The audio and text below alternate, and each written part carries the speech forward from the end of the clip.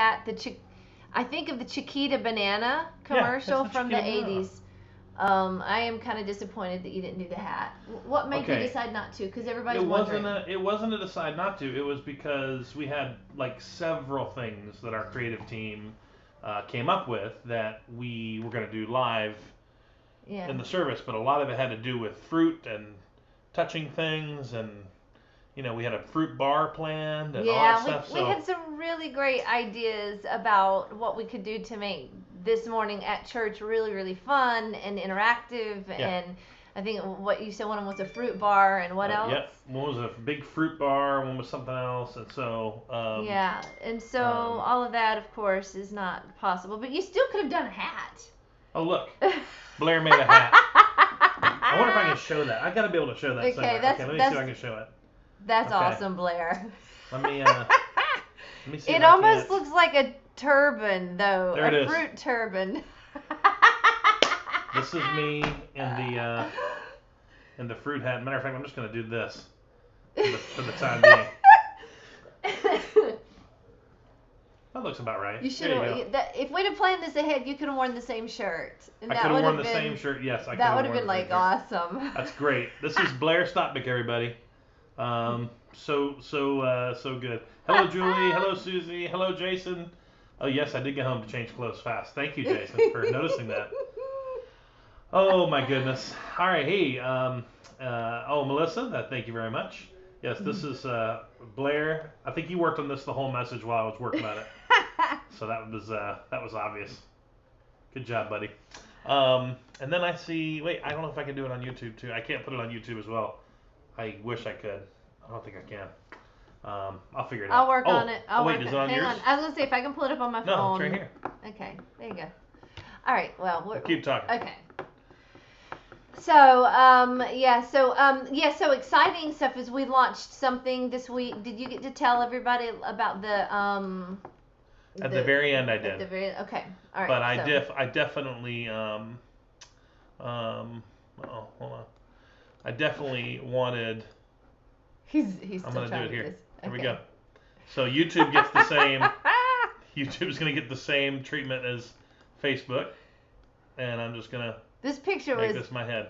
There you go. pretty clearly taken a few years ago. This is. This is a few years ago. Yeah, I'm trying to remember. I I don't even think know this when. is right before we had Charlie. Might have been. What? Yeah. 5 years ago. Yeah, It's definitely a that's few. a while ago. All right, let's see here. Courtney's laughing. Everyone. Blair's the man, of course. Christina, hello. Blair says he was listening. He He listens. wasn't just Thank you, Blair. playing the whole time. The fruit of the spirit. Oh, you can multitask. There's no one else in my mind that I know for sure can multitask. Hey, yeah. So for everybody to know, we definitely had. I'll save this for the And some for the fun end. stuff in store for. We today. definitely had some fun stuff in store. We did not get to do it all, obviously. No.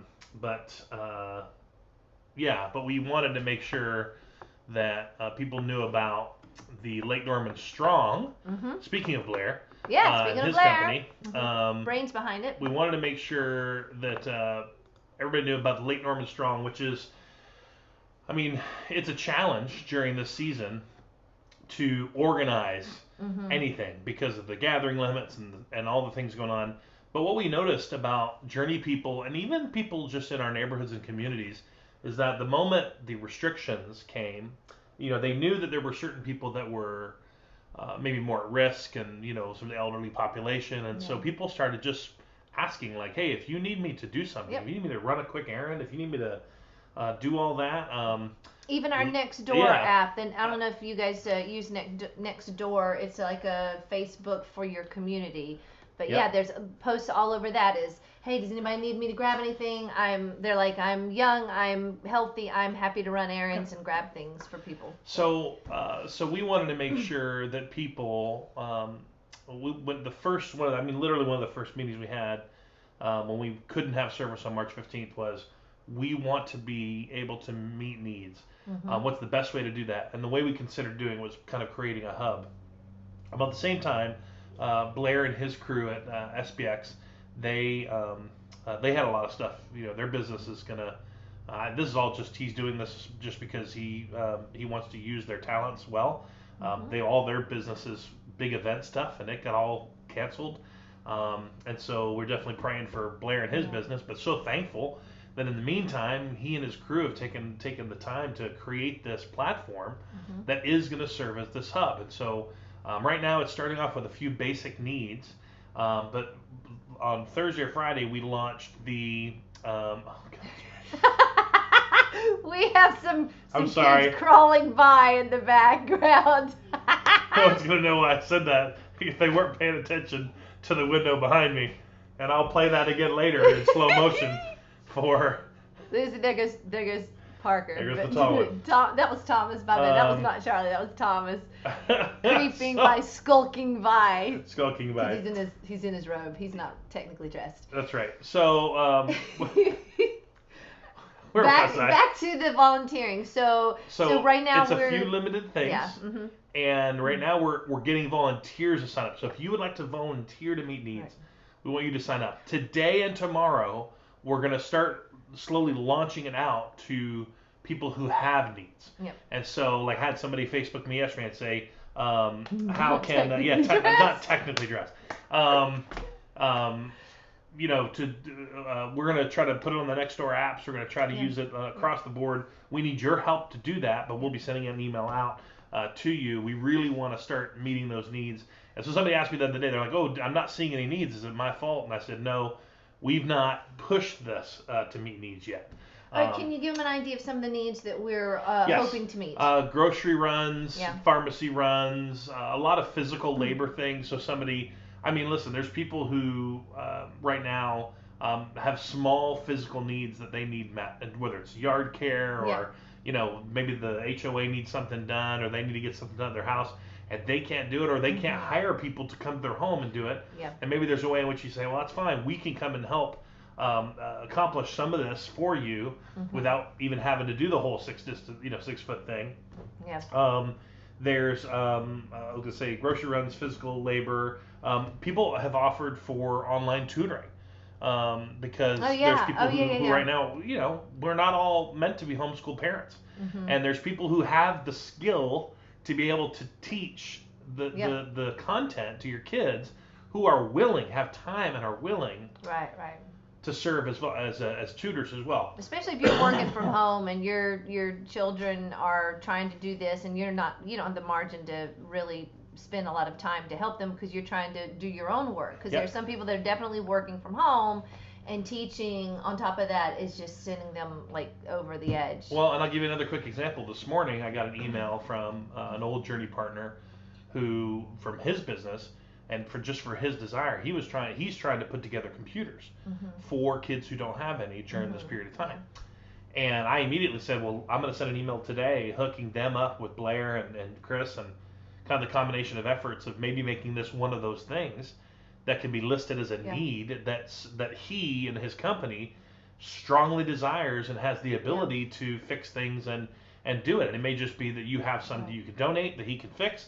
And get up to speed, or it's stuff that he can give as well. So that it's going to continue to grow. That's what I'll say is that I think the needs might continue to grow as we feel like we can do them. Yeah. I think it'll change on the restrictions depending on how bad the restrictions are. Yeah. And we don't know how long we'll need to stay in these. We don't know if it'll get worse. Yeah. We don't know when it'll get better. But we've looked at all the guidelines, all the North Carolina stuff. These are all things that you are still able to do. Yeah. And you are still able to do them for someone else. Yeah. They just require you no less than 10 people, and that you do the whole social distancing thing. Yeah. Don't touch, wash hands, do the 6 foot thing. I mean, as long as you follow those rules, you can still go and meet these needs. And this falls under those guidelines that say the essential services or helping someone, providing help with someone. So yeah. Correct. Yeah. And now in your comments, just to let you know, that's the Lake Norman Strong, LKNstrong.org website that you can sign up for volunteering and for needs as well. If you already have somebody that you know. And if you volunteer, you're not going to be assigned things that you can't do. So they have designed this where you get to choose what you are able and willing to do, what you have the margin to do. So this is pretty tailored to the individual and what you are able to offer. Yep. So I've already signed up, so I'm looking forward to figuring out how I can help.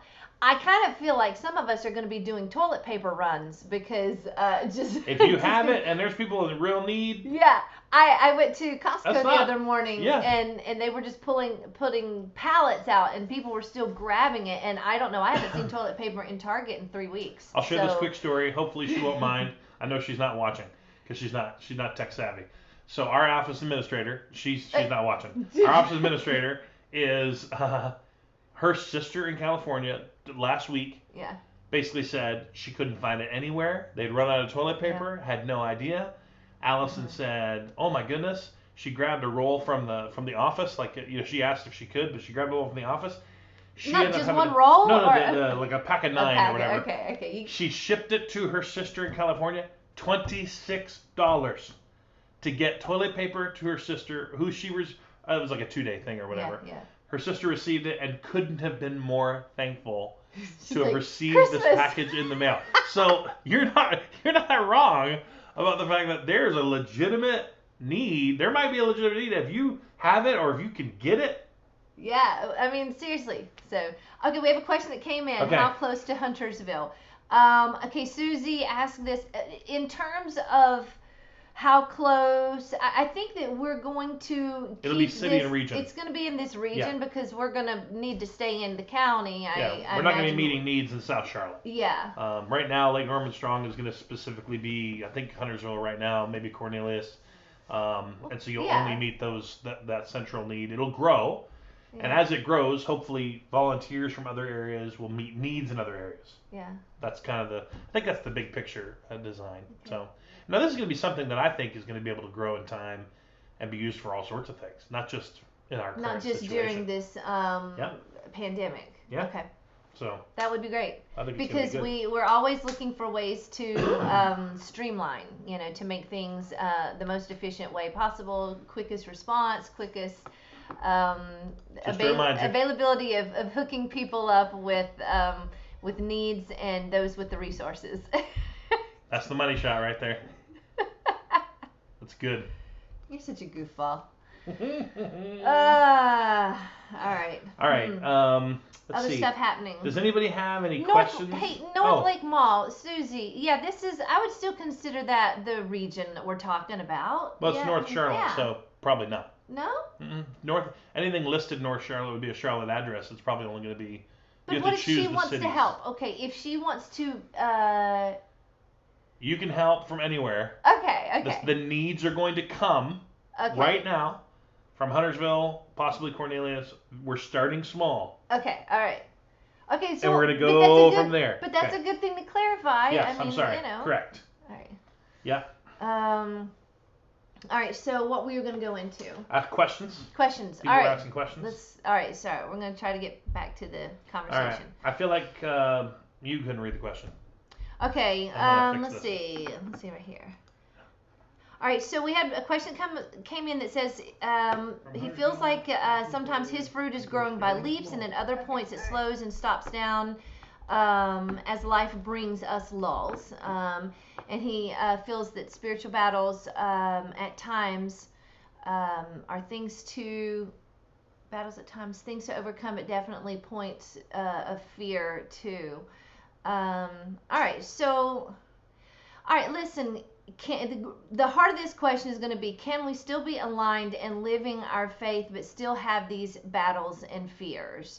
Because this person is talking about when we have a spiritual battle, we feel overcome, and when we feel overcome, that's when we hear and respond to fear a little bit more loud. We hear the fear. It's kind of those things that shout in our ears, or the things that just bring us that feeling of overwhelm, and that we must react and respond. I'm elaborating on the question that was posted, but I feel like I understand where this person is coming from. And we don't want to make this sound cut and dry, because it's not easy. It is not a switch necessarily that we turn on in terms of abiding and walking in step, and things just click into place regardless of circumstances, regardless of battles that we face. How would you respond to that? Well, the two things that I read in the comment, and you can let me know if I'm wrong. Um, when you talk about being aligned, you're talking about leading, letting the Spirit lead you. Well, that is a moment by moment situation. That is not a decision that's made once and then forever done. And so the reality is that during your day, you're going to have the Spirit lead you in certain things, and there's going to be other times in which you just decide that your way is better. You're going to decide that your way is, and so the trouble that you're talking about in terms of, well, you might feel it stalled out sometimes. It's probably not large events. It's probably not huge crisis moments of battles. You're just talking about every day where you're constantly learning to continually submit to the Spirit of God. And so it is cut and dry, and it's not cut and dry. It's cut and dry from the standpoint of if we are letting the Spirit lead our lives, fruit is going to grow. It doesn't have anything to do with your circumstances. It doesn't have anything to do with storms. It doesn't have anything to do with the external, because the Holy Spirit is producing it in you. Mm-hmm. Where it's not cut and dry is how we oftentimes think. Again, this goes back to Chris's great example of, fruit just, fruit is a slow process. Mm-hmm. Okay, you're talking about Paul did not use this example as just sort of a quick thing like, oh, I'll just fruit.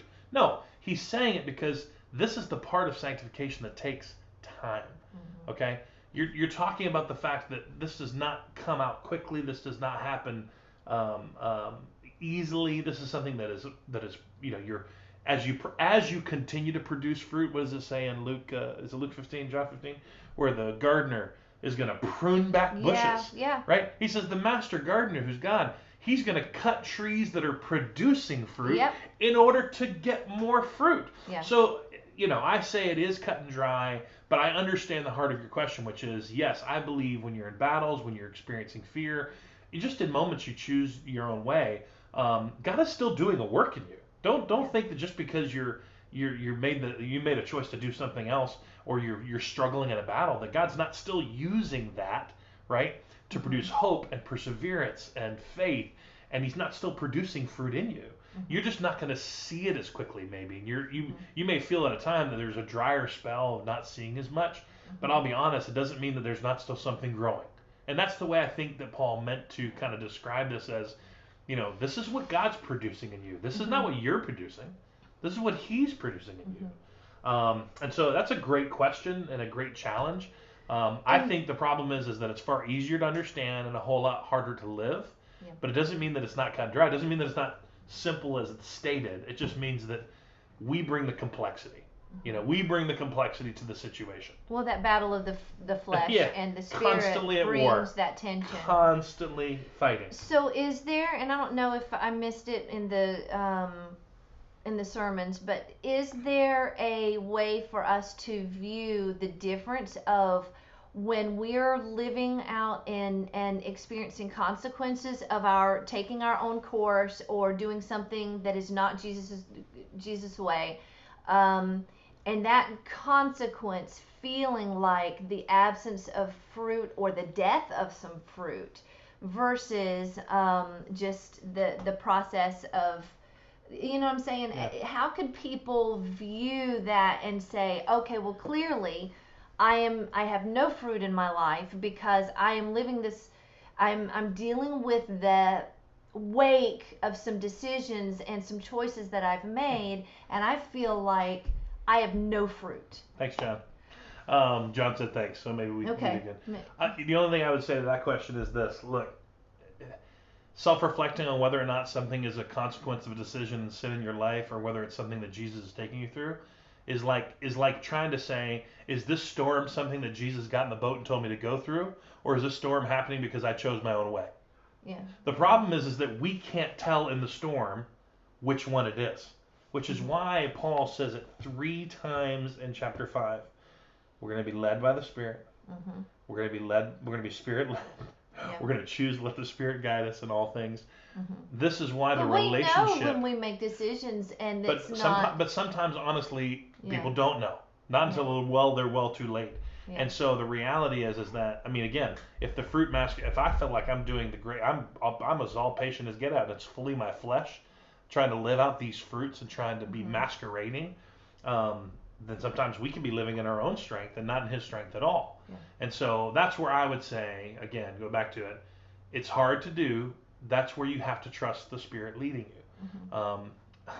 Sometimes when I've had certain struggles and I'm praying and asking the Spirit to lead me, he just tells me to be patient. He doesn't actually clarify to me that he is the one taking me through the storm, or that the storm is a consequence of decisions I've made. All I know is that he's with me in the storm. He's with me when I'm walking through, and that's all that I need. That's all that I mean. He's telling me that's all that I need. I need to trust and lean into him. We would rather have clear answers to those questions than just the Spirit dependence. But yet, that's what Paul's talking about the whole time, the Spirit dependence. So, yeah, I mean, I'm with you, but it's very hard, I think, sometimes. Yeah, sometimes it's clear. You're right. Sometimes it's clear. Yeah, well, I mean, like some of the choices that we make when we're engaging in inappropriate relationships or something, that shouldn't be an area of question. What did we talk about? Our small group talked about this the other night, didn't it? About pre-planned mistakes. Oh yeah.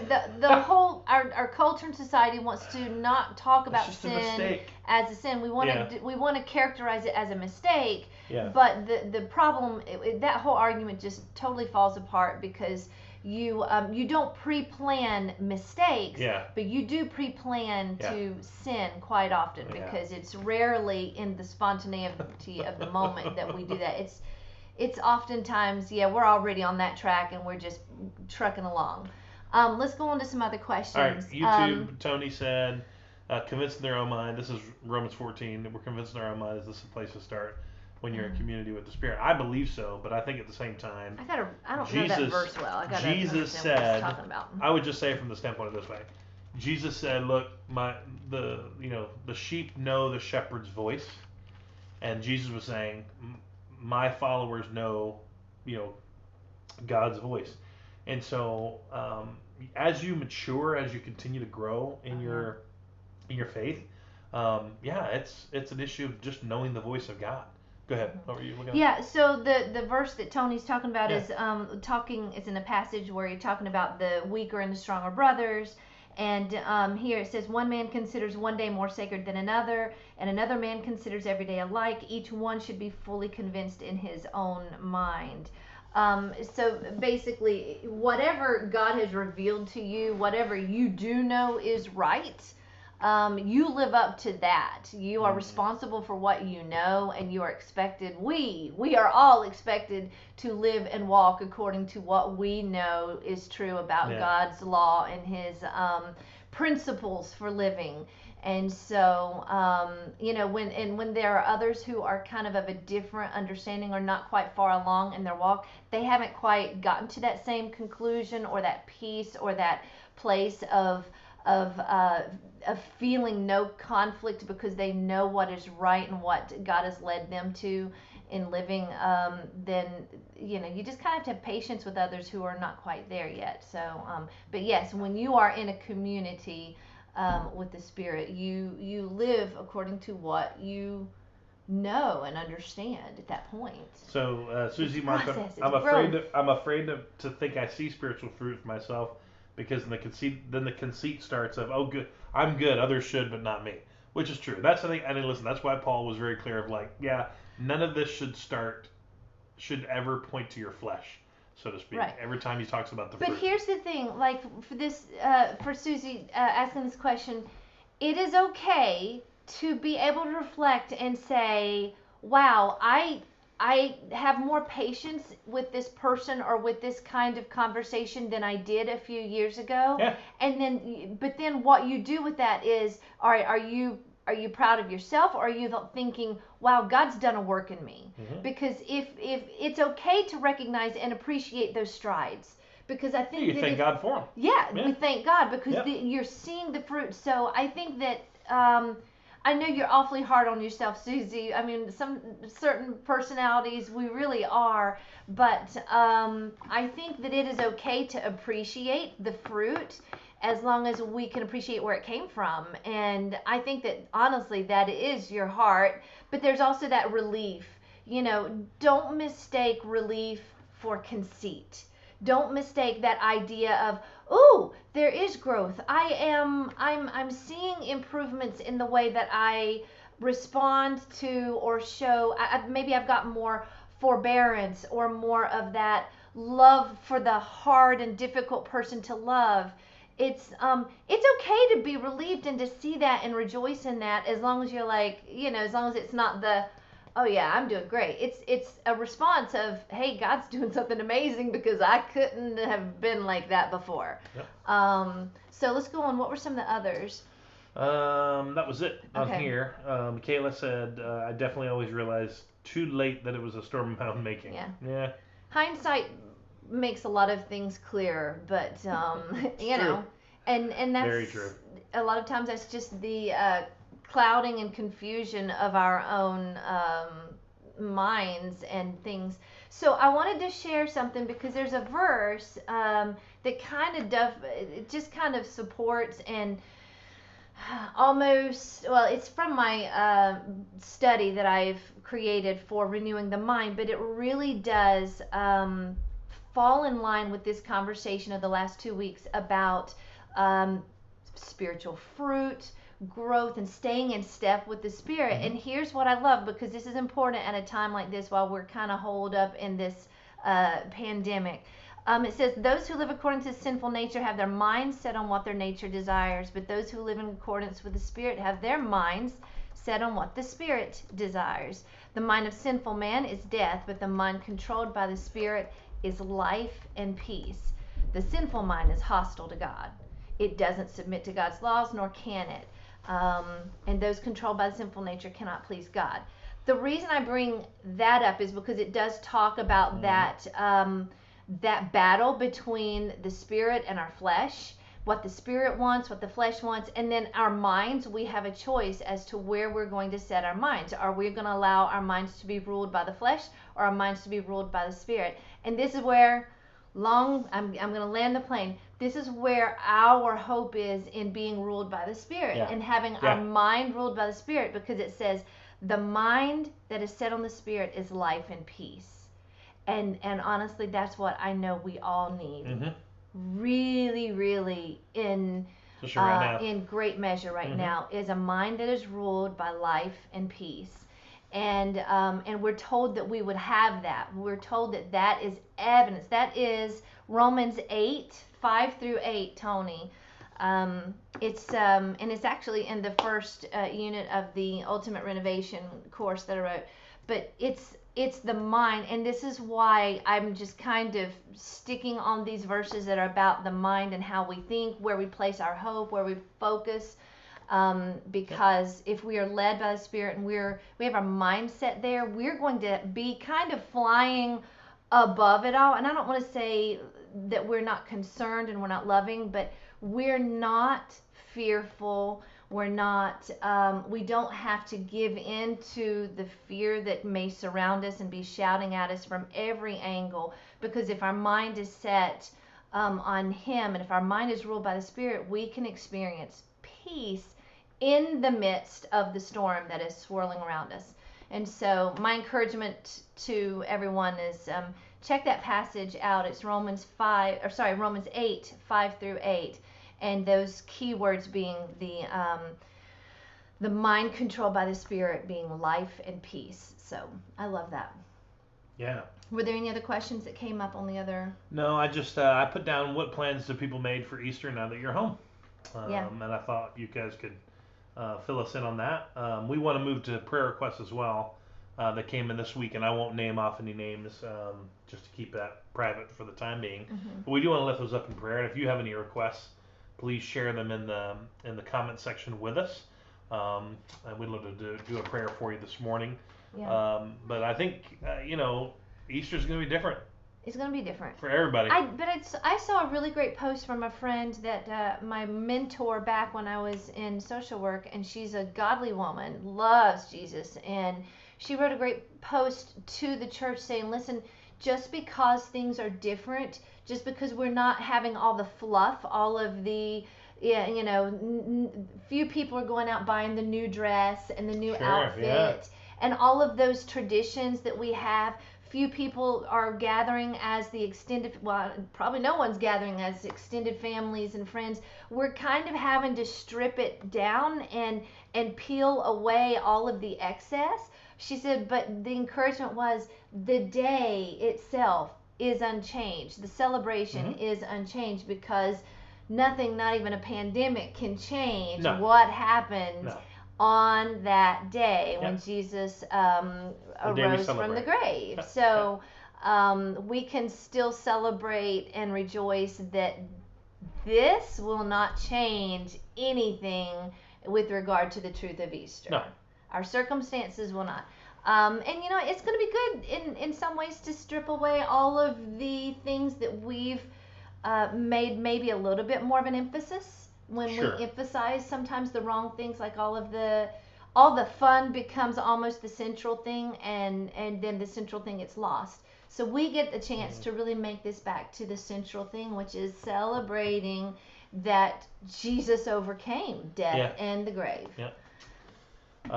One request that came up, I'll put up here for you guys to see on the Facebook one, is that praying for a mother and father-in-law recovering from cancer, but they live in Louisiana. It's becoming a major hotspot. Yep.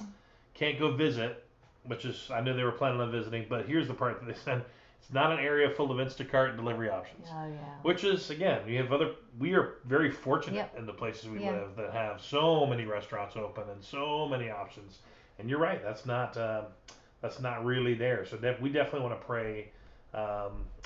pray for her and your father-in-law as well. And you know what? Back to this Lake Norman Strong.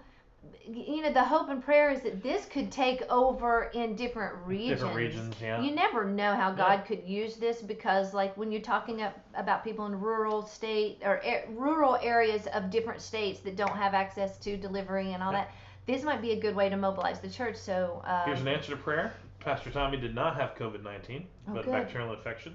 His antibiotics and feeling better. That's fantastic. We've actually had a few. Yep. We had folks that we know that were not positive and got better with antibiotics. A few that we were scared that may have had it. But then we also have some that are acquaintances that we know did get it, and they are recovering, and they are doing better. So out of the hospital. So at a point where they were hospitalized, and now they're out and back home. So a lot of people are actually coming through it, and so we thank God for that.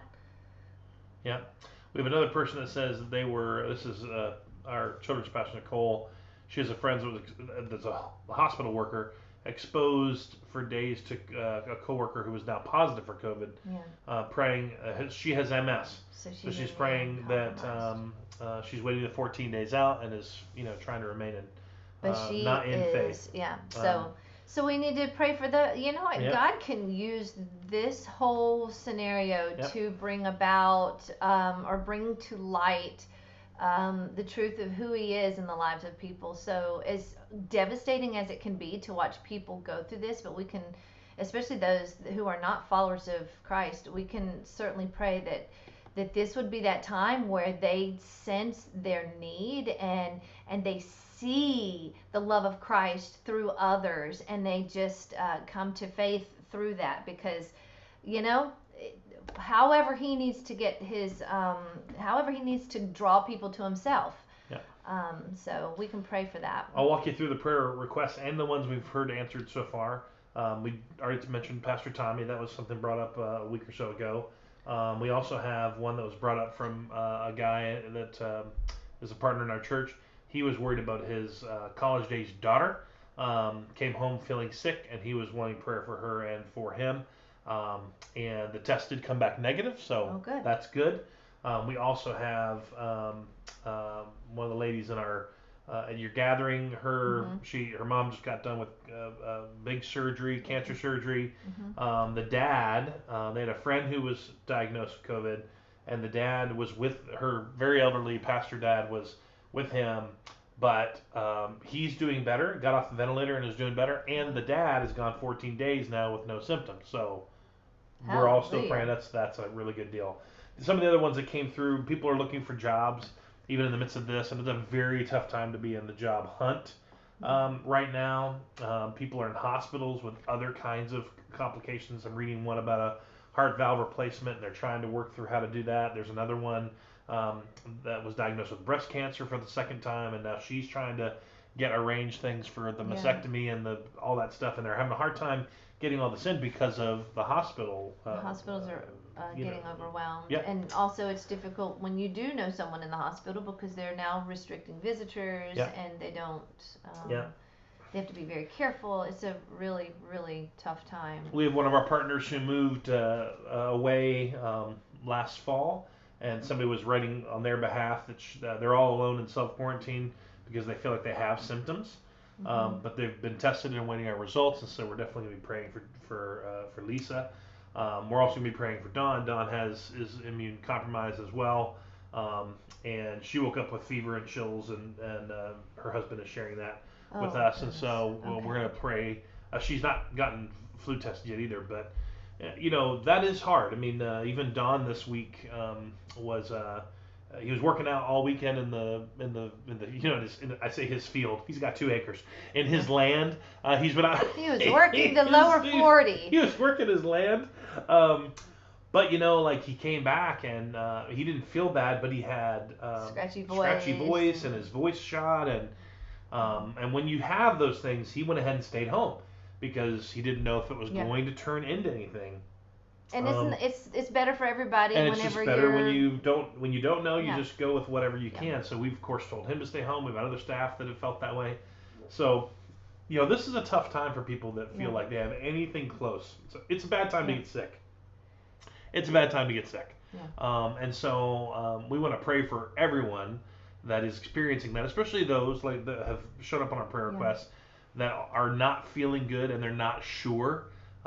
I'll be honest, not being sure is one of the hardest things. Casey, I'll go ahead and mention him because he won't mind. Casey got tested and he self-quarantined for the 14 days. It was one of the earlier tests. It was one of the earlier tests. It took almost 12 days to get the test result back, which was negative. And he was another one that, antibiotics kicked in and he felt better. And we kind of figured it wasn't, but he still locked himself down and didn't leave the house. And oh man, that's a really tough time to be in. So we definitely want to pray for them as well. So we're going to pray for those who are, all of these requests, especially those who are immune compromised, and this is just a particularly strong threat. And we don't have to pray anything by name because God already knows all the requests. We only share these right now with you that are online with us, so that as we pray, you can pray with us. Know that there's partners in our church, there's people in our church, and the people that they represent that are going through those things and are having issues, and even if it's just something to help you during the week, remember to pray for others. I know we all have stuff we have to pray for ourselves, just get through the day sometimes, but just to remember there are other people experiencing these symptoms, or other people in our circles that are wondering if they have it. There are other people that are struggling through work. Don and I talked to several this week that have all had to file for unemployment. We have several in our church with small businesses that are super hurting, regardless of how this CARES Act and all this stuff comes out. Who knows how well that's going to work out, but they're hurting. They've had to, they're laying off people. There's people in our church that can't file for unemployment because they're self-employed, and they're contract workers and self-employed, and they're shut down, and there's no way for them to make up the difference of however long we're in the stay-at-home. There's no way for them to make that up. And so, man, it's just a lot, guys, to be working through.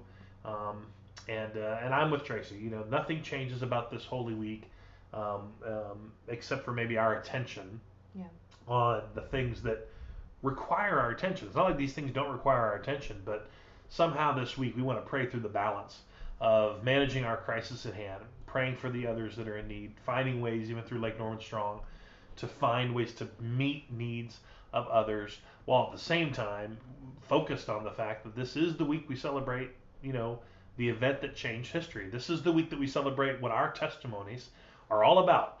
And we have some really great stuff planned for Easter, just to share with our church and to challenge our church to share their story, to share their hope, and make it public online. And we're looking forward to seeing how the church responds to that. And so I'm really encouraged about it. But again, hold it in the balance of all the other things that we have going on. As well. So I have an idea I want to share after we pray about something. I just had an idea about how we could, as families, could approach this week coming up. But let's go ahead and pray, and then I'll share it, and then you guys can just give a thumbs up or thumbs down based on what you think of it. It's going to be a good one. Let's pray first. Let's pray. God, I just thank you for these requests. I'm thankful that people are feeling that they are able to share those things, and that they know that the requests are being prayed for. They're being prayed for by our prayer team. They're being prayed for by our staff, and that right now we can just mention them in passing, that even the people that are tuned in today can be lifting them up in prayer. They don't need to know their name. Jesus, you know their name. And you know the full needs of what's going on. You know the full scope of what's happening. And for us, God, we just want to do what you've called us to do, which is to intercede for others. It helps us with our humility. It helps us with our thinking of ourselves too much versus what you've called us to do, which is not to put others' needs ahead of our own.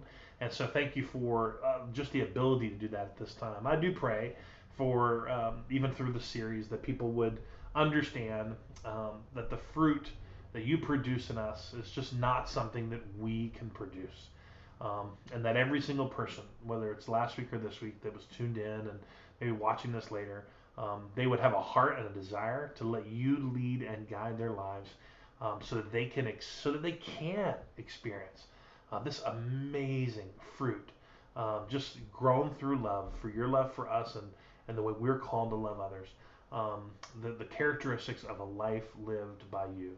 And that's my prayer. My prayer is that everybody gets to experience that and grow and continue to grow in that, even through this time that's very difficult. God, I do lift up specifically today churches in our community that are all struggling through keeping their people connected. They're all struggling through financial issues as churches because of tithing and giving. They're all struggling through staff issues because they're not able to do what they normally do.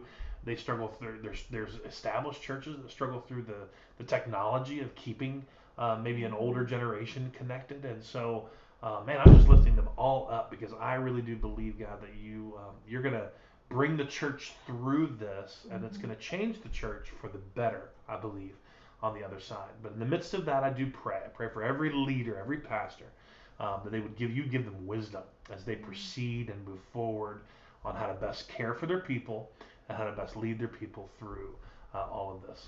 I pray all this in your name, Jesus. Amen. Amen. Okay, so my idea was, real quick, and I need a true Hebrew to correct me, but I think there was something that the Israelites did. Radicat's not on here. I need to get the Radicate. Anyway, there was something called the Festival of Shelters, and it led up to the Passover meal, and if I'm not mistaken, timeline-wise, they were kind of right together. Now, we don't know a lot about this because we don't practice these things anymore, but it was basically the families in remembrance of the deliverance from slavery out of Egypt, that they spent 40 years in the wilderness and everything. Well, after they went into the promised land, they had to remember what God did for them in the wilderness, bringing them out, delivering them, and they had what was called the Festival of Shelters, where they had to live for a week out in rough-built shelters. They couldn't live in their comfy homes. They couldn't live and sleep on their comfy beds, because they were to remember what God had done for them in the... I don't like this idea. I don't like where this idea is going. You know where it's going? I'm gonna, if you'll give me a moment, I'll look it up, but I believe it dovetailed with the Passover, or it led into the Passover Romans 14 says I don't have to celebrate any special days. It's a great time to camp.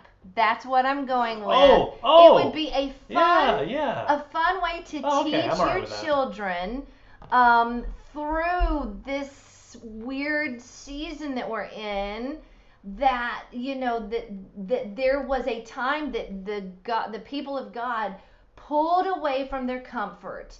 They pulled away and they looked back and reflected on what God did for them. And so they took that week and they lived. It was called the Festival of Shelters, and they lived in these rough created shelters. And it was intended to be uncomfortable, Right. because it was intended to remember what the people went through as they were in the wilderness. Yep. And God delivered them, and then ultimately it brings them into that Passover celebration where God delivered them in sparing the firstborn. Leviticus 23, Jim DeCiccio. Okay, Jim. Thank you, Jim. Thank you, Jim. I'm gonna look it up real quick. Through Susie. If I'm not mistaken, it's right around. Yes, Susie. I assume it's backyard camping. Don and his family tried to go, I think last week or last weekend, and most of the camping places are closed. Which again, I'm not really sure about why. Maybe it's just for the government workers. But Wendy wants to camp in a trailer in her driveway. Wendy, that is roughing it for you if guys. If you're in a trailer, I don't think that's very. It may not be full on Leviticus 23, but it's it could. I'll let you pray. Let the Spirit guide your steps in that, Wendy. But okay, so yeah, it was called the Booths and Festival of Booths and I got to read more of it, but it is found in Leviticus as well as I want to know how quick Jim places. Brought that to memory. Leviticus 23, 33 through 36, and things All like right. that. But this was given, of course, before the time of Jesus, because this was given back with the original Levitical law. But they still practiced it in the time of Jesus, and that's what I'm trying to. So Tracy's trying to say this is not prescriptive scripture. Yeah. No. In terms of you have to do this, no. It is descriptive from the standpoint of if this is something you would like to do. Jesus did it. Right. He and his family participated in this. And it'd be something that God leads you to do and be fun for your family. I think backyard camping. I think this weather might actually be really good. It's a great teaching point and a fun thing to teach the kids about. Hey, kids, there was a time when God's people lived like this for 40 years in their tents. It took Susie said it took Jim about a minute to think of that. That's just. Well, Jim's a genius. Jim's a genius. That's right. Anyway. All right, guys. It is 12:40. Thank you so much for hanging out. Yeah. Today after the service, and we try not to make it too long, but appreciate you guys. But you got two talkers here, unfortunately. Yeah. Dial in. Next week we are talking about doing something different. Let's let you know. We're talking about doing something different, so we might be doing something before the service. You can do that. Yeah. Tents on Trinity Grass. Sure. The grass is open. Grass is open for you. Just no more than 10. All right. Pictures would be great. Yes, Wendy and Tony asking us, should we take pictures? Of course. Yes. Always. I would say look out for information coming this week about the challenge, about the My Hope Challenge, about taking communion. We're going to be taking communion after the service together on Sunday at noon. So next week at noon, when the service ends, we are going to we want everybody in our church to take communion together as a family, which is going to be different. They're going to use your own juice and wine, your own crackers and bread, whatever you got on hand. Listen, Jesus used whatever he had at the Passover meal to do this. You use whatever you have in your house, and God will bless that, and God will use that in the time of celebrating and receiving what he's done for you through Easter. So we're doing all that as a church. Look for the My Hope Challenge, the communion information, and the information about the way we're structuring next Sunday's kind of gathering time. We're looking at doing something maybe even before the service. So look for information on that. I love you guys. We're hopefully going to see you all together soon. That's our continual prayer. Yes. But we look forward to continuing to connect this way.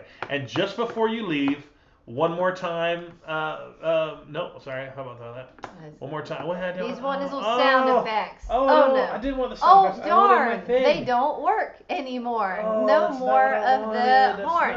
Okay. Well, I'm gonna end this. Bye. Bye, guys. Bye. See ya. No more sound effects. It wasn't a sound effect. It was this. Okay. You want the picture. But I couldn't do it there. I thought you wanted like the horn. You can end that. You can end that one. All right. Bye. Have a great week. Bye, guys. And yes.